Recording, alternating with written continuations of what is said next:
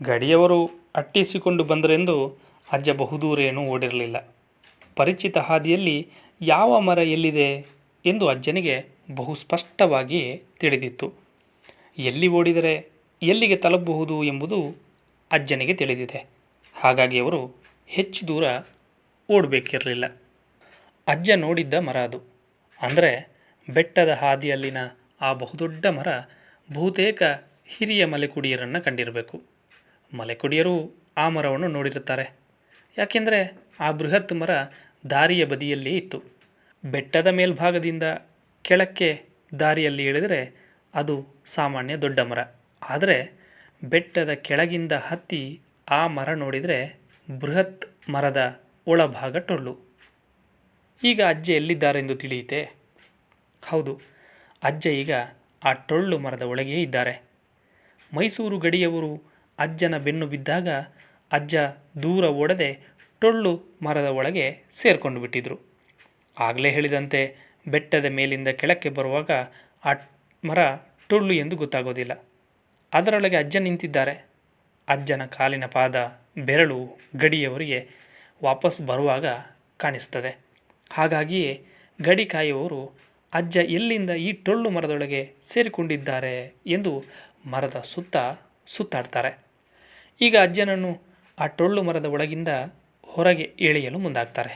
ಎಲೆ ಅಡಿಕೆ ಚೀಲ, ಕತ್ತಿಯೊಂದಿಗೆ ಮರದೊಳಗೆ ನುಸುಳಿದ್ದ ಅಜ್ಜ ಈಗ ಹೊರಗೆ ಬರಲೇಬೇಕು. ಕ್ಷಣ ಮಾತ್ರದಲ್ಲೇ ಕಣ್ಮರೆಯಾಗಿ ಮರದೊಳಗೆ ಅವಿತಿದ್ದ ಅಜ್ಜನಿಗೆ ಅದರಿಂದ ಅಷ್ಟು ಬೇಗ ಹೊರಬರಲು ಸಾಧ್ಯವಾಗಲಿಲ್ಲ. ಗಡಿ ಕಾಯುವವರು ಅಜ್ಜನನ್ನು ಕೈ ಹಿಡಿದು ಹೊರತರಲು ಪ್ರಯತ್ನ ನಡೆಸ್ತಾರೆ. ಯಶಸ್ವಿಯೂ ಆಗುತ್ತಾರೆ. ಅಜ್ಜ ನಿಧಾನವಾಗಿ ಮರದೊಳಗಿಂದ ಹೊರಬರ್ತಾರೆ.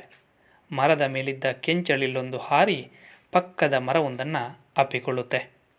ಅಜ್ಜ ಮರದೊಳಗಿಂದ ಹೊರಬಂದ ಸಂತಸವೋ ಏನೋ.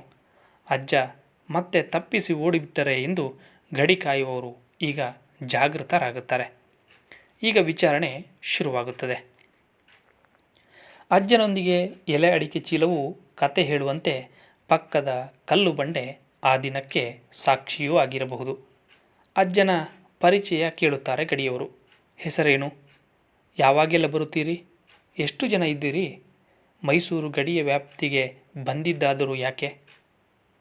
ಈಗ ಅಜ್ಜ ಎಲೆ ಅಡಿಕೆ ಜಗಿದು ಗಡಿಯವರ ಪ್ರಶ್ನೆಗೆ ಉತ್ತರ ನೀಡ್ತಾರೆ.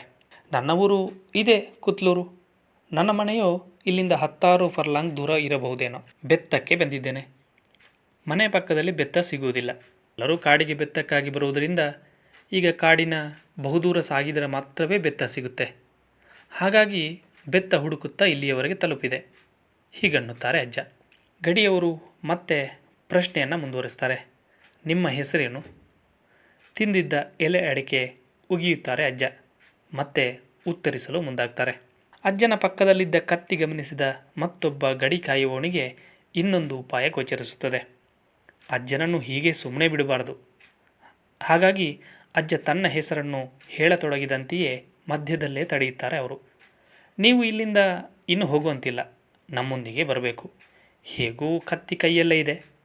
ನಾಳೆಯಿಂದ ನಮ್ಮ ಕೆಲಸ ಶುರು ಮಾಡೋಣ ಎನ್ನುತ್ತಾನೆ ಇನ್ನೊಬ್ಬ ಗಡಿಯುವವನು. ಹಾಗಾದರೆ ಅಜ್ಜನನ್ನು ಗಡಿ ಕಾಯುವವರು ಎಲ್ಲಿಗೆ ಕರೆದೊಯ್ತಾರೆ? ಅಜ್ಜನಿಗೆ ಕೊಟ್ಟ ಶಿಕ್ಷೆಯೋ ಕೆಲಸವೋ ಏನು ಗೊತ್ತೇ? ಅದನ್ನು ಕೆಲಸ ಅನ್ನುವುದಾ ಅಥವಾ ತಪ್ಪಿಸಿ ಓಡಿದ್ದಕ್ಕೆ ಶಿಕ್ಷೆ ಅಂತ ಕರಿಬಹುದಾ? ನಮ್ಮೂರ ಹಿರಿಯಜ್ಜ ಏನು ಹೇಳುತ್ತಾರೆ ಅನ್ನೋದನ್ನು ನಾಳೆಯೂ ಕೇಳೋಣ. ಅಲ್ಲಿವರೆಗೆ ನಮಸ್ಕಾರ.